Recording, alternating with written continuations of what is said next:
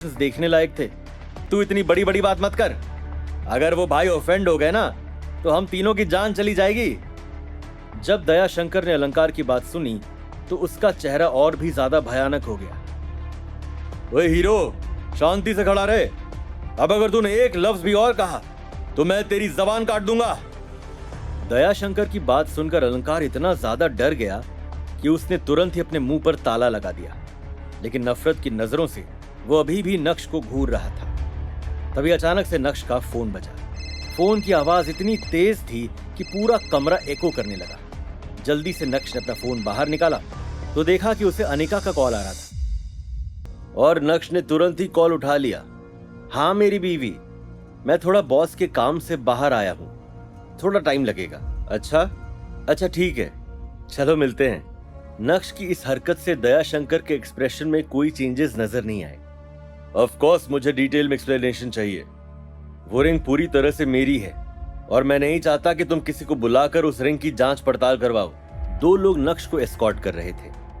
2 minute बाद दयाशंकर ने उन दोनों आदमियों को वहां से जाने के लिए कहा और उनके जाते ही दयाशंकर नक्श के सामने घुटनों के बल नीचे बैठ गया और बोला, बादशाह माफ कीजिए, मैं आपको पहले पहचान नहीं पाया। जब नक्श ने यह सुना तो उसके चेहरे पर पजल्ड लुक आ गया था।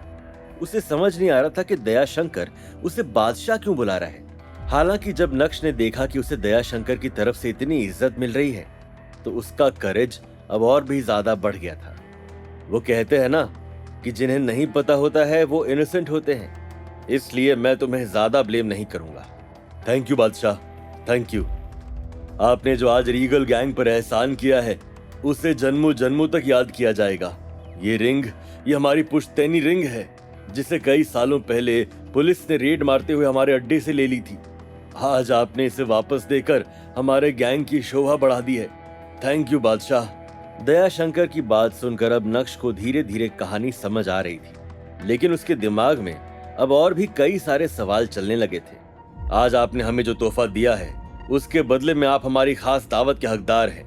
मैं अभी जाकर कुछ ड्रिंक्स और खाने का इंतजाम करता हूँ, पूरी इज्जत के साथ दयाशंकर ने कहा।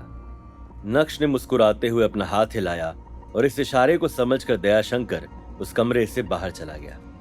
उसके बाद नक्श ने उस कमरे को ध्यान से देखा। उस कमरे का लेआउट देखकर नक्श तुरंत ही समझ गया कि वो कमरा दयाशंकर का ही है। कुछ मिनट बाद नक्श का ध्यान एक ब्लैक बॉक्स पर गया। ये क्या है? नक्श ने उस ब्लैक बॉक्स को खोला तो उसके अंदर पाउडर का एक पैकेट था जिस पर लिखा था बेहोशी की दवा। इससे पहले कि नक्श कुछ समझ पाता, अचानक से उसे बाहर से किसी के कदमों की आहट सुनाई दी। तुरंत ही नक्श ने उस पैकेट को अपनी जेब में ठूसा और उस बॉक्स को बंद करते हुए जल्दी से अपनी चेयर पर आकर बैठ गया। तुम इतना जल्दी वापस कैसे आ गए? बादशाह, मैंने सोचा कि आपको लगेगा कि मैं आपको निग्लेक्ट कर रहा हूँ, इसलिए मैं जल्दी आ गया। जल्दी से अंदर आओ और बादशाह के लिए खाना लगाओ।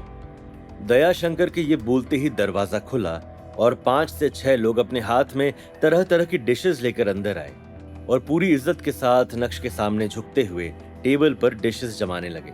बादशाह, मुझे नहीं पता था कि आप यहाँ आएंगे, वरना मैं पहले से ही सारे प्रिपरेशंस करके रखता। इतने कम समय में जो हो पाया वो आपके सामने है। इतने कम समय में इतना अच्छा इंतजाम किया है, मैं बहुत खुश हूँ। लेकिन मुझे एक बात अभी तक समझ में नहीं आई, आप मुझे बादशाह क्यों कह रहे हैं? आपकी वो पुश्तैनी रिंग मेरे पास थी, क्या आप मुझे मारना नहीं चाहते?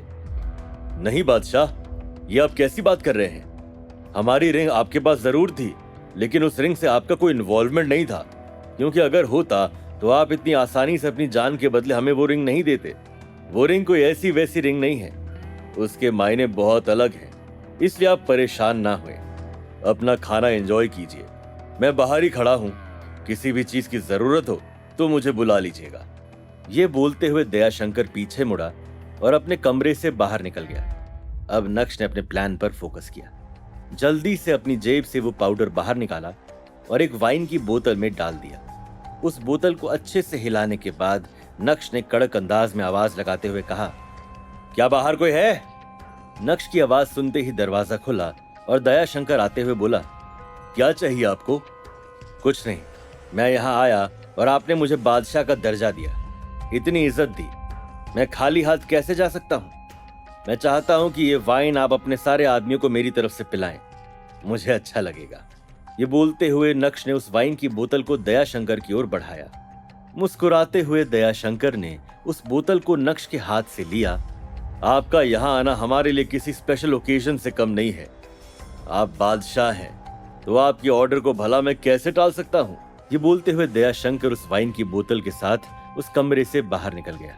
नक्श की मेन प्रायोरिटी इस जगह से बाहर निकलना था, वो भी अवंतिका को साथ लेकर, और एक वाइन की बोतल से काम बनने वाला नहीं था।